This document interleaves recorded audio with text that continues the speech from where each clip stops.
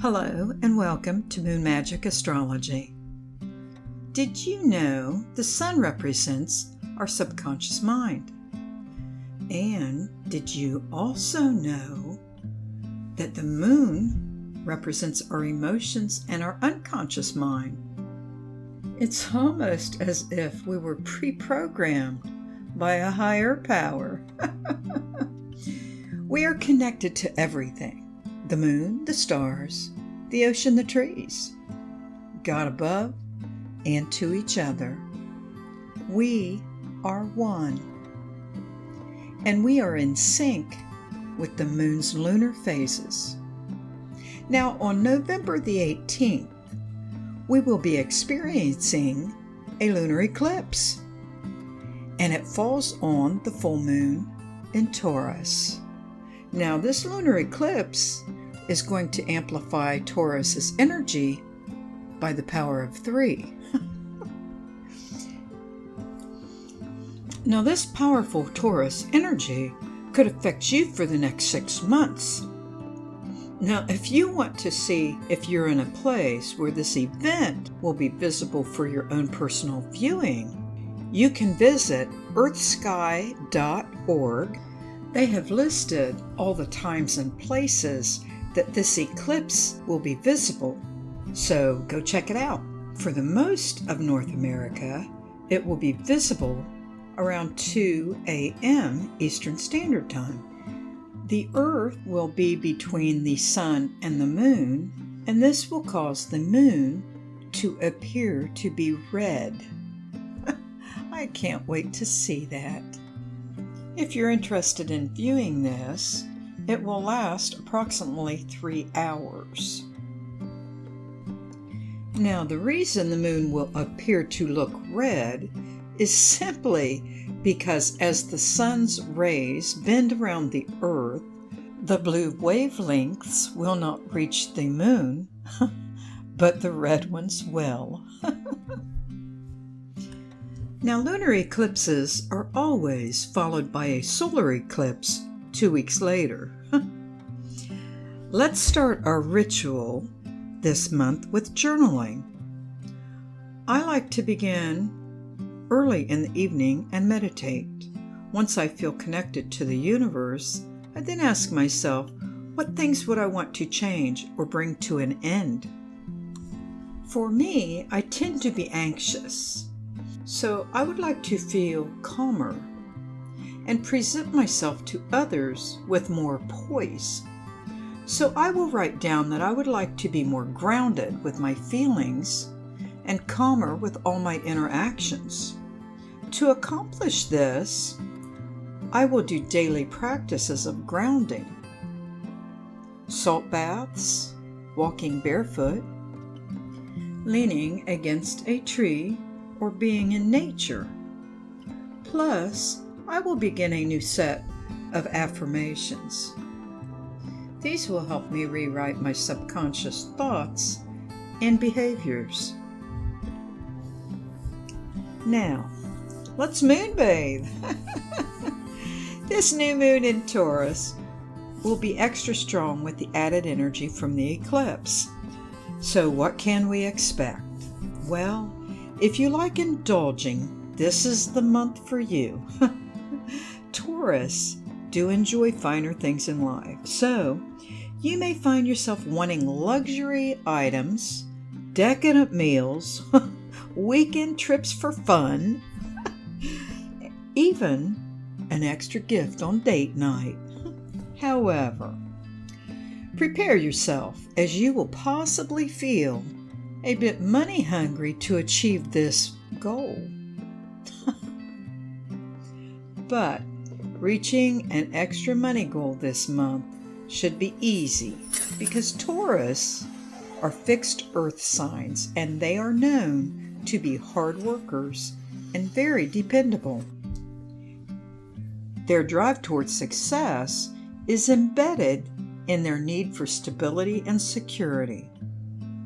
Now, almost everyone knows that Taurus the bull can be very stubborn. So take time this month to make your surroundings serene. take long walks in nature, or meditate. Anything to help ground yourself from all this extra energy this month. And take time to journal. This will help you find your true north, helping you understand what you want for yourself and possibly even how to become a better partner. And speaking of partners, this Taurus full moon energy is packed with love, as Taurus is one of the most sensual zodiac signs of them all. It kind of makes sense because Taurus is ruled by the planet Venus, the planet of love and beauty. What could be better than long cuddles, warm cocoa, or a sexy back rub to get those physical senses purring? Sounds weird to think of Taurus the bull purring. But if you've ever sugared up to one of them, I swear you will hear them purr. This full moon eclipse in Taurus sounds pretty good. Right up my alley. Luxury and love. So let's all roll up our sleeves and get to work. But just know that all the hard work will bring you some major happiness and pampering you probably really need. The major arcana card from the tarot deck that correlates with the Taurus zodiac sign is the Hierophant, also called the Pope or the High Priest. Roman numeral number 5. There are 5 major arcana cards also that represent the Taurus horoscope, and they are the King of Pentacles, the Knight of Swords, the 5, 6, and 7 of Pentacles. So let's go into the details of the Hierophant card. A pope sits on his throne, a tall pillar on each side of him, which represents law and liberty. Now some say it symbolizes obedience and disobedience. He wears a triple crown, a known tradition of the Pope, and this signifies his higher powers. He holds his right arm up, pointing with 2 fingers toward the sky as a sign of blessings or benediction. His left hand holds a scepter that has a triple cross. Each horizontal bar represents the Father, the Son, and the Holy Ghost. There are 2 keys in the center of his dais. These are the keys to heaven. 2 worshipers kneel in front of the Pope to represent that religious knowledge is the pathway to education. This card is the masculine counterpart of the High Priestess in the major arcana. This card can suggest the need for traditional values and traditional means in a reading. In a love reading, it could mean stick with a traditional relationship and marriage. But in finance, it could mean keep your money safe in traditional establishments. Avoid gains from gambling or stock risks. Now, this could also mean that you may need a mentor, a counselor, or some type of religious support, such as a priest or a rabbi. This card could also mean, don't rock the boat. It's time to conform and follow traditional beliefs or methods.